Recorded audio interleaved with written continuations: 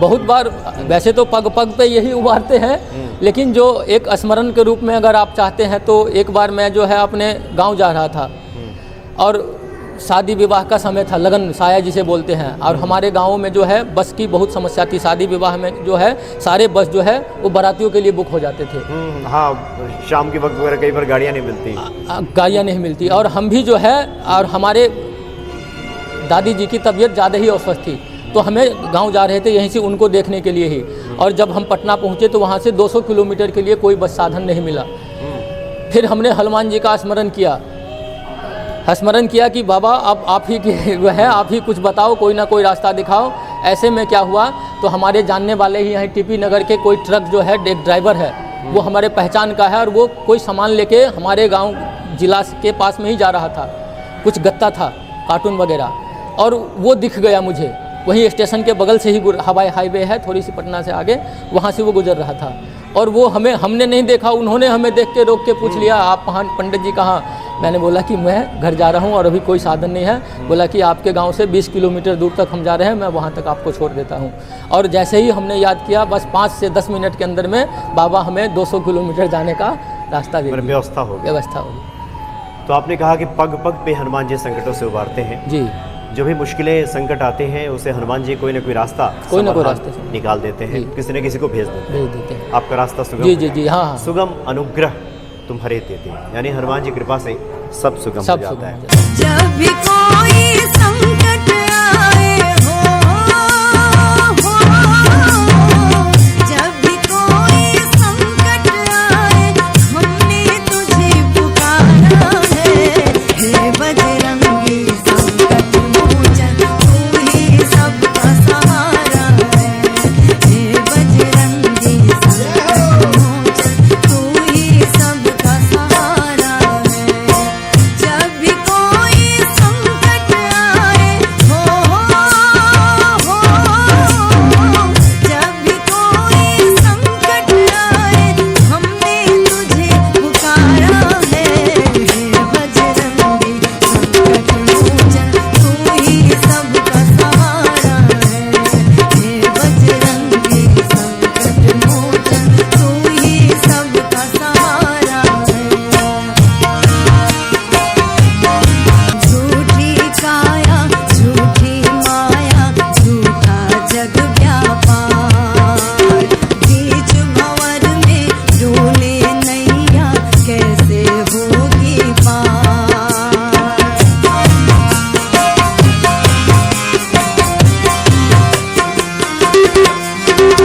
झूठी काया, झूठी माया, झूठा जग व्यापार, बीच भंवर में डोले नैया, कैसे होगी पार। सब सुख लहे तुम्हारी सरना, तुम रक्षक काहू को डरना। हनुमान जी कृपा से इस संसार का कोई भी ऐसा सुख नहीं बचता जो व्यक्ति को प्राप्त ना हो जाए, यानी सभी सुखों की प्राप्ति हो जाती है, सभी मनोरथ पूर्ण हो जाते हैं। इस वक्त हमारे सामने पंचमुखी हनुमान जी विराजमान हैं और हम ऐतिहासिक सांस्कृतिक शहर मेरठ में मौजूद हैं, और मेरठ का जो नवीन सब्जी मंडी है वहीं पे मंदिर अवस्थित है। श्री नागेश्वर नाथ महादेव मंदिर यहाँ है, और वहीं पे हम लोग मौजूद हैं हनुमान जी के सामने। और हनुमान जी की महिमा बताने के लिए पूज्य पंडित जी हैं। स्वागत है आपका पंडित जी, जय सिया राम। पंडित जी, क्या शुभ नाम हुआ आपका? रंजीत मिश्रा। रंजीत मिश्रा जी। पंडित जी, भक्तों कल्याण के लिए बताएं कि क्या भक्त पंचमुखी हनुमान जी की आराधना करें तो उसके जीवन में सब संभव हो जाता है? बिल्कुल। वैसे तो हमारे सनातन धर्म में 33 करोड़ कोटि देवी देवता है, ये बात की गई है। जी जी, की गई है। लेकिन मुख्य रूप से कलयुग में जो जीवंत भगवान है वो हनुमान जी हैं, क्योंकि वो कल की अवतार में, जब कल की भगवान कलयुग में अवतार लेंगे तो उनको सहायता के लिए वो यहाँ जो 7 अमर जिनको वरदान मिला हुआ है, वो 7 अमर इसीलिए अभी तक अमरत्व के वरदान है कलयुग में, कि जब कल की अवतार कलयुग में भगवान लेंगे तो उस समय में हर अवतार में भगवान विष्णु को मनुष्य जो है सपोर्ट किया है और राक्षसों को वो पराजय किया है, लेकिन कल की अवतार में मनुष्य ही कल की भगवान के विरोधी होंगे। अच्छा। तो वहाँ पे वो कलयुग में फिर से जो है कलयुग का नाश करके और फिर से सतयुग का प्रारंभ करने के लिए जो उनके सहायता रूप में मुख्य रूप से वही सातों अमर व्यक्ति होंगे, जिसमें से एक हनुमान जी भी है।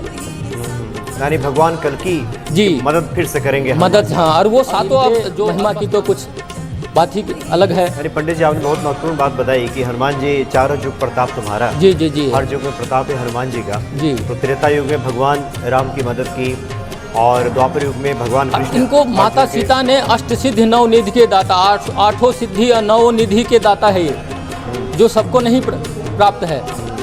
माता सीता ने इनको अष्ट सिद्धि नौ निधि का जो है आशीर्वाद दिए हुए हैं। यानी संसार का कठिन से कठिन कार्य भी जी हनुमान जी के लिए सब सुगम है। सब सुगम है। तो भक्तों के लिए भी सुगम है। भक्तों के लिए जो भी हनुमान सुगम जी के है। भक्त जी हैं। जी जी जी बिल्कुल। पंडित जी हनुमान जी कैसे कृपा करेंगे भक्तों पे, ये जिज्ञासा रहती है। कैसे प्रसन्न होंगे बजरंगबली? कोई भी साधारण तरीके से वैसे तो सरल से सरल व्यक्ति ही भगवान को प्राप्त कर पाते हैं। जो अपने आप को ज्ञानी पंडित मानते हैं वो जल्दी भगवान को प्राप्ति नहीं कर पाते हैं। तो इनको प्राप्ति करने के लिए, इनको प्रसन्न करने के लिए सरल से सरल व्यक्ति भी कर सकते हैं। बस मन में भावना जो है होनी चाहिए और सारा समर्पण हो जानी चाहिए कि हम कुछ भी नहीं है, जो भी है आप ही है। पंडित जी आप अपने अनुभव से बताएं कि कई बार शास्त्र सम्मत बातें होती हैं और कुछ हमारे अनुभव में भी वो सिद्ध हो जाती है। जी जी। कुछ ऐसे पाठ, ऐसी पूजा पद्धति हनुमान जी का आपके स्मरण में आ रहा हो जो आपने भक्तों को बताया हो या स्वयं किया हो और आपको लगा हो कि ये तो हनुमान जी ने बहुत जल्द कृपा कर दी? बस हनुमान जी के लिए तो हनुमान चालीसा भी सब कुछ है अपने आप में, और उससे भी अगर ज़्यादा करना है तो सुंदर कांड जो है रामायण के अंदर में जो कांड है उसमें एक सुंदर कांड है जिसमें हनुमान जी के ही वर्णन, उनके चरित्र का, उनके गुणगान किया गया है। तो हनुमान जी जो है और उनके साथ साथ राम जी का भी गुणगान हुआ है, और हनुमान जी प्रभु राम के परम भक्त है।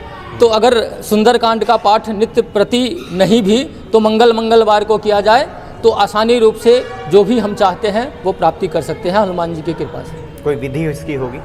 बस एक संकल्पित होता है, एक संकल्प, किसी भी काम के लिए हमें संकल्प करना पड़ता है। जैसे एड्रेस, कोई भी लेटर कितने भी अच्छे से लिखा हो, लेकिन जब तक उस पर कोई पता ठिकाना एड्रेस नहीं हो तो उस लिखावट का कोई वैल्यू नहीं। तो संकल्प जो है एक एड्रेस होता है कि हम जो ये काम करने जा रहे हैं, हम जो सुंदरकांड का पाठ का वो करने जा रहे हैं, वो किस लिए करने जा रहे हैं, उससे हमारी क्या लाभ हो, क्या प्राप्ति हो, कोई मनोकामना जो अपने मन में संकल्पित होकर और सुंदरकांड का नित्य 40 पाठ करे तो कोई भी बड़े से बड़े कठिन काम जो है इस जग में संभव है बाबा की। तो जो भक्त घर में संकल्प लेना चाहते हैं वो किस प्रकार से ले? हाथ में जल ले? हाँ, हाथ में जल ले और जल लेके और मन में ये संकल्पित होना चाहिए। हिंदी में भी, संस्कृत में वैसे तो विधि विधान है, लेकिन अद्य मतलब आज के जो तिथि, जो तारीख, जो दिन, जो बार, चूँकि आज हम संकल्प ले रहे हैं तो आज की जो वर्तमान स्थिति है, जो तिथि है, जो तारीख है, जो साल है, जो महीना है, संवत्सर मतलब हिंदी में, और जो अपना नाम गोत्र है कि हम अपने इस गोत्र के इस नाम के व्यक्ति इस तारीख को, इस तिथि को, इस नक्षत्र को हम ये संकल्प लेते हैं कि आज से 40 दिन का सुंदरकांड का अपने अमुक कामना को पूर्ण करने के लिए ले रहे हैं। बस, और उसे 40 हनुमान जी के सामने अर्पित कर दें और वो जो पूर्ण हो जाए तो एक छोटी सी आहुति करके, हवन करके और कुछ ब्राह्मणों को दक्षिणा दे दे। आहुति में कोई मंत्र होगा विशेष? विशेष मंत्र कुछ नहीं है, बस हनुमान जी की हनुमान गायत्री होता है। ओम अंजनी सुताय विद्महे पवन पुत्राय धीमहि तन्नो हनुमत प्रचोदयात्। बस इसी मंत्र से हनुमान गायत्री माला कर दिया, एक माला आहुति दे दी। बीज मंत्र है उससे भी कर सकते हैं? बीज मंत्र, हाँ, ऐसे भी कर सकते हैं। वैसे मुख्य रूप से हर देवताओं को अपना अपना गायत्री है। जैसे ओम भूर्भुवस्सुः वो ब्रह्म गायत्री है, वैसे सारे देवी देवताओं का अपना अपना गायत्री है, पितरों का अपना गायत्री है। तो हनुमान जी की भी गायत्री है, इसे गायत्री ही बोलते हैं। ओम अंजनी सुताय विद्महे पवन पुत्राय धीमहि तन्नो हनुमत प्रचोदयात्। तो इस गायत्री मंत्र से भी अगर हम आहुति दे देते हैं और बीज मंत्र से भी दे देते हैं तो कल्याण के लिए ही ये अवतार लिए हैं। और कलयुग में ये अभी उपस्थित है, राम कृष्ण जो भी आए अवतार लिए, लेकिन वो चले गए कार्य पूरा करके धाम चले गए। लेकिन इनको इसीलिए छोड़े हैं कि कलयुग में लोग अधिक अत्याचारी होंगे, अधिक पापी होंगे और उनको जगह जगह पे कष्ट की भी सामना करने पड़ेंगे। तो आप उनको जो है उनके कल्याण के लिए वहाँ उपस्थित रहो, ताकि आपको जरा सा भी कोई अगर याद करे और सनातन धर्म में विश्वास रखे तो आप उनकी कल्याण किया करना। तो हनुमान जी जो है सबसे ज़्यादा कल्याणकारी कलयुग के लिए है। यानी साधु संत के तुम रखवारे, असुर निकंदन राम दुलारे। साधु जी, संतों की रक्षा करने जी, वाले साधु हैं। संत। एक आखिरी जिज्ञासा भक्तों की रहती है, क्योंकि आप लोग तो नित्य सेवा कर्म में रहते हैं हनुमान जी, जी जी। के, कुछ आपके स्मरण में आ रहा हो जहाँ ये लगा हो कि ये तो संकट की स्थिति थी और संकट मोचन ने साक्षात उबार लिया इससे, ऐसा कुछ स्मरण में आपके है, आपके या फिर आपके भक्तों का कुछ इस तरह का आपके जी आ रहा हो? संकट है ही। और बहुत अच्छी आपने बातें बताई पंडित जी, निश्चित तौर पे भक्तों के हृदय में इससे श्रद्धा और विश्वास बढ़ेगा। बहुत बहुत धन्यवाद आपका। जय सिया राम। जय श्री राम, जय हनुमान। सिया राम।